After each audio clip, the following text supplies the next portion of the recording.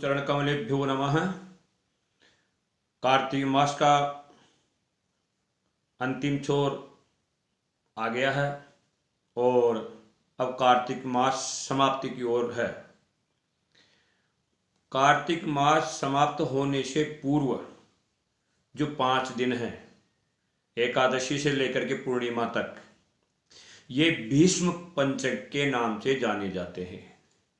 भीष्म पंचक का तात्पर्य है कि भगवान से भीष्म पितामह ने इन व्रतों को लिया था, ग्रहण किया था, इसलिए इनको भीष्म पंचक के नाम से जाना जाता है। और नारदीय पुराण के अंदर इसके बारे में बताया गया है, अतो नरे प्रत्यनेन कर्तव्यम भीष्म पंचकम, यानी प्रत्येक मनुष्य को आजकल देखने को मिलता है कि जो औरतें कार्तिक स्नान करती है वही भीष्म पंचक का व्रत करती है, अथवा वह भी नहीं कर पाती है, पूरी महिलाओं तो वो भी नहीं करती है। तो भीष्म पंचक का व्रत बहुत महत्वपूर्ण बताया है शास्त्रों में। जो व्यक्ति चतुर्मास करने की इच्छा रखता हो और वो नहीं कर पाता है किसी कारणवश,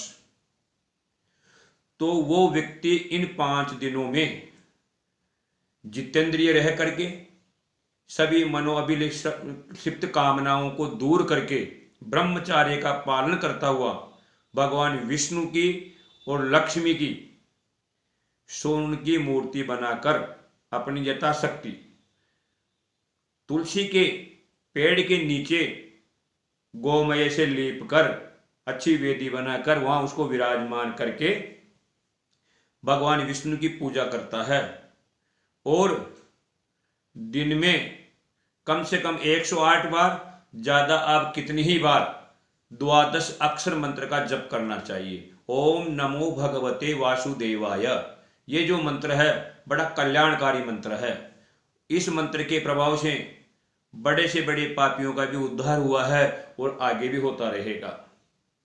साथ ही जिस व्यक्ति को इस मंत्र को बोलने में कठिनाई आती है तो वो व्यक्ति केवल ओम नमो विष्णवे नम, ओम नमो विष्णवे, ओम नमो विष्णवे, ओम नमो विष्णवे, यानी भगवान विष्णु को मैं प्रणाम करता हूं, ये बोल करके भी अपनी आराधना कर सकता है।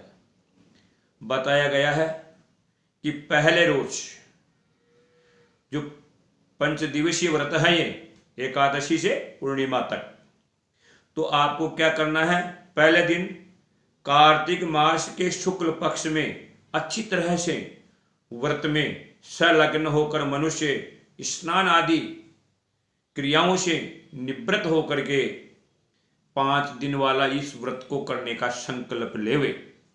संकल्प का मतलब दृढ़ निश्चय करें कि यह व्रत में करूंगा। इसकी विधि इस प्रकार बताई है कि गोबर से स्नान भी करना चाहिए और पहले दिन गोबर का 3 बार प्राशन करना चाहिए। 3 बार जो गाय का गोबर होता है उसको कपड़े में रखो और कपड़े में रख करके उसको निचोड़ोगे ना आप, तो उसमें से गोबर का जल निकलेगा।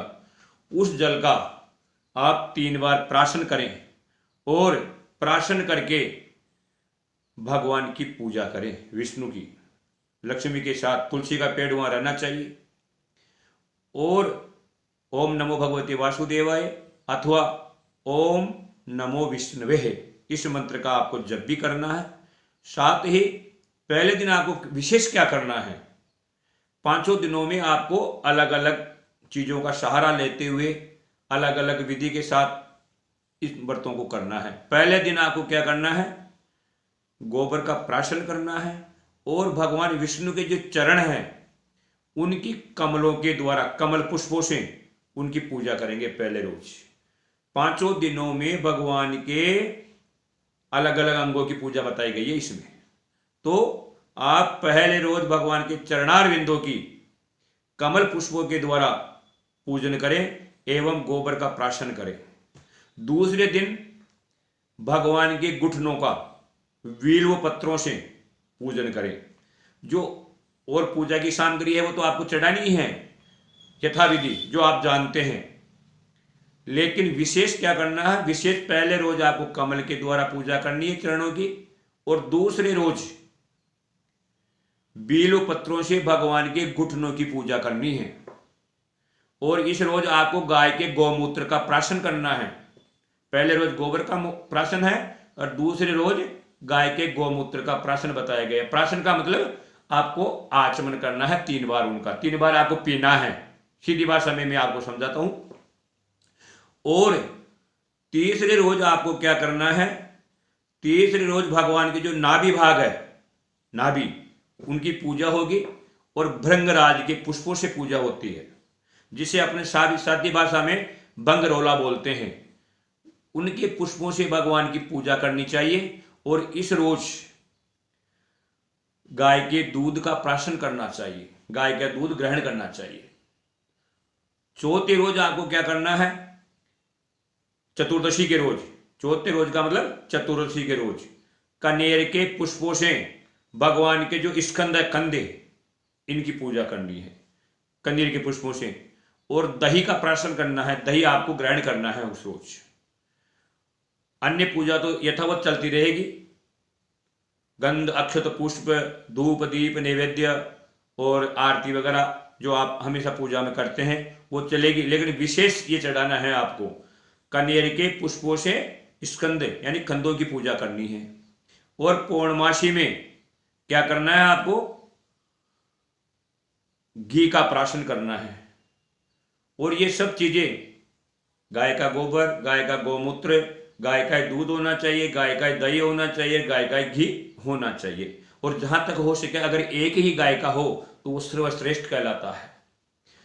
घी का प्राशन करना है और घी का प्राशन करके भगवान के संपूर्ण अंगों की पूजा करनी है। और इसमें आपको विशेष तुलसी दल से पूजा होती है। तुलसी दल अथवा तुलसी मंजरी जो होती है उससे आप भगवान की पूजन करें पूर्णिमा के रोज। पूजा संपन्न हो जाने के बाद बताया गया है, शास्त्र में प्रमाण है, 2.5 किलो काले तिल लेके रखे अपने पास और उनको वेदी के पास में ही रख करके एक लोहे की मूर्ति बनवा करके रखें, जो कैसी हो, लोहे की मूर्ति हो। और उसके जो अंग हैं उसको पाप की मूर्ति कहते हैं। पाप की मूर्ति बनानी है वो, जैसे भगवान विष्णु की मूर्ति बनती है, भगवान शिव की मूर्ति बनती है या अन्य देवताओं की मूर्ति बनती है, उसी प्रकार पौर्णमासी के रोज उस लोहे की मूर्ति बनवा करके उसको पाप की मूर्ति कहते हैं। और उसके हाथ में खड्ग, चक्र आदि उसको ग्रहण करवाने हैं, देने हैं। और काले वस्त्र से उसको लपेटे, उसका जो वस्त्र पहनने के वस्त्र है ना वो काले कलर का वस्त्र होना चाहिए। उसको लपेट करके उसकी पूजा करके ये हवन आदि सारे काम करने के बाद उस रोज पूर्णिमा के रोज आपको हवन भी करना है। तिल, घी, बूरा, जौ और कुछ हव्य सामग्री जो सुगंधित आती है वो आप मिक्स करके कर सकते हैं। भगवान के कोई 12 अक्षर मंत्र से आहुति दो अथवा ओम नमो विष्णुवे षडाक्षर मंत्र से भी आहुति दे सकते हैं। ये सब कुछ करने के बाद उस पाप की मूर्ति की तिलों के ऊपर रख करके पूजा करनी है और उससे प्रार्थना करनी है। क्या प्रार्थना करनी है कि मेरे जो जन्म जन्मांतर के पाप बचे हुए हैं, जो पाप शेष रह गए हैं, उनको आप शांत कर दीजिए और शांत करके मेरे को परम पद की, भगवान के विष्णु के परम पद की आकांक्षा है मेरी, कोई मेरी इच्छा पूर्ण कीजिए। ऐसा कह करके उस पाप की मूर्ति पे पुष्प आदि अर्पण कर दे, पुष्पांजलि चढ़ा दे। और सारा कार्य संपन्न होने के बाद उस नदी, उस पाप की मूर्ति को बहते हुए पानी में अथवा कहीं तालाब में अथवा कहीं भी जल के स्रोत में उसको छोड़ देना चाहिए। और फिर पूर्णिमा के रोज एक ब्राह्मण एक ब्राह्मणी को भोजन करवाने के बाद ही आपको पारना खोलना है। क्योंकि ये जो व्रत है 3-4 विधि से किया जाता है। कुछ लोग तो इसको रोजाना शाकाहार करके करते हैं, कुछ लोग 2 दिन निराहार रहते हैं और तीसरे दिन भोजन करके फिर अगले 2 दिन निराहार रहते हैं, ऐसे करते हैं। कुछ लोग शुरू से लेकर के लास्ट रोज तक निराहार रहते हैं, कुछ लोग शुरू से लेकर के लास्ट तक फलाहार करते हैं। तो जिस विधि से आपका शरीर साथ देता हो उस विधि से ही आप करें, लेकिन दृढ़ संकल्प लेकर के भगवान विष्णु की आराधना करके आपके लिए ये जो 5 दिन है ये सर्वश्रेष्ठ है।